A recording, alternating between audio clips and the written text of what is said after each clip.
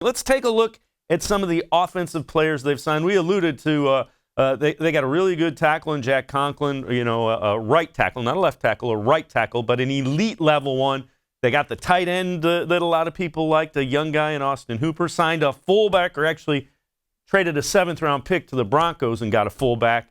Got an elite veteran backup quarterback, and I know you say elite and backup quarterback, but it's a guy who's won NFL games before in Case Keenum. And they also signed a wide receiver who's predominantly a kick returner to try to address that need on special teams. So when you take a look at all of that, who do you really like, and how do you see them fitting in on offense with what Kevin Stefanski wants to do offensively? Right. A lot to break down there. So let's just start from top down chronological order. News broke Austin Hooper was going to agree to a contract with the Browns right after the legal tampering period ended Monday at noon, I believe. And he's going to be the highest paid tight end in football. You can surf NFL Twitter, Browns Twitter, whatever, and you see some people saying, oh, the Browns overpaid, whatever. People need to realize that in free agency, that's the name of the game. You do overpay. Look, Tom Brady's headed to Tampa Bay with a contract that New England wasn't really interested in awarding him. So that's free agency for you. You're going to overpay. The Browns don't have a choice because what Kevin Stefanski wants to do, as people, if you follow the Vikings or have watched tape on what Minnesota was able to do last year, it's a 2 tight end, wide zone offense centered around play action. We've talked about that before. He wasn't going to be able to do that in Cleveland. Kevin Stefanski wasn't going to be able to do that with the tight end room as is.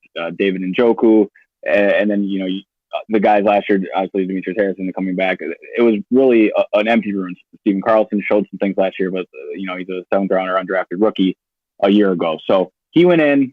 Stefanski and, of course, Andrew Berry landed the biggest name on the market and got a guy who he's not Travis Kelce, he's not George Kittle, and obviously he's not Rob Gronkowski. Let's not get this twisted.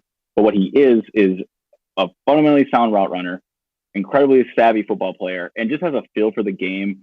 Browns fans are going to see Austin Hooper find the soft spots and zones, know exactly where his head should be, know exactly where the ball is going to be coming once he gains that rapport with Baker Mayfield. We saw it last year how much Baker leans on the tight end, and now he has a household name in that position.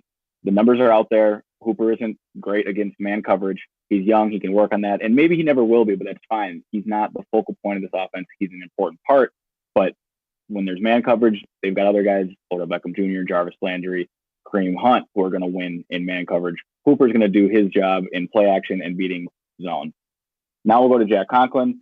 This is a signing that had to happen and really reshapes the entire Browns offense. Last year, Nick Chubb, of course, second in the league in rushing, and behind an offensive line that was very suspect in pass pro and had its moments in the running game. But what Jack Conklin can do is use his athleticism and huge frame to get outside, which is really rare for linemen with his build. Last year with the Tennessee Titans, they had one of the best zone running schemes, even though teams like the Niners and the Vikings got a lot of the attention with Dalvin Cook and what Kyle Shanahan was doing. And in Tennessee, Derrick Henry got all the limelight because, you see this monster of a running back running around. But really, it was that offensive line that was able to just clear holes from in lanes. And Jack Conklin is that type of athlete. He's only 25 years old. He's one of the rising stars on the offensive line, and he's going to be exactly the type of piece that Kevin Stefanski needs in order to run his offense.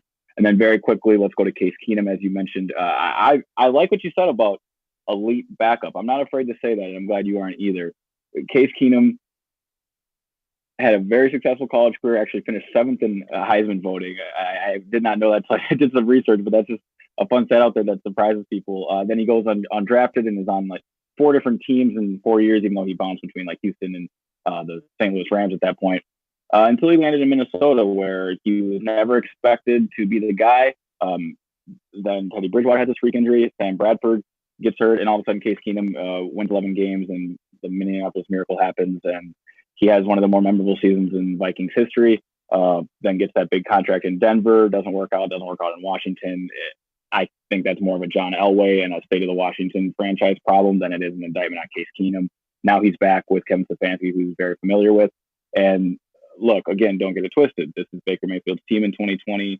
There's no competition, no QB controversy, but if something happens to Baker injury-wise, this is the NFL, of course. Case Keenum is a backup who's going to be able to come in and win games for the Cleveland Browns if need be.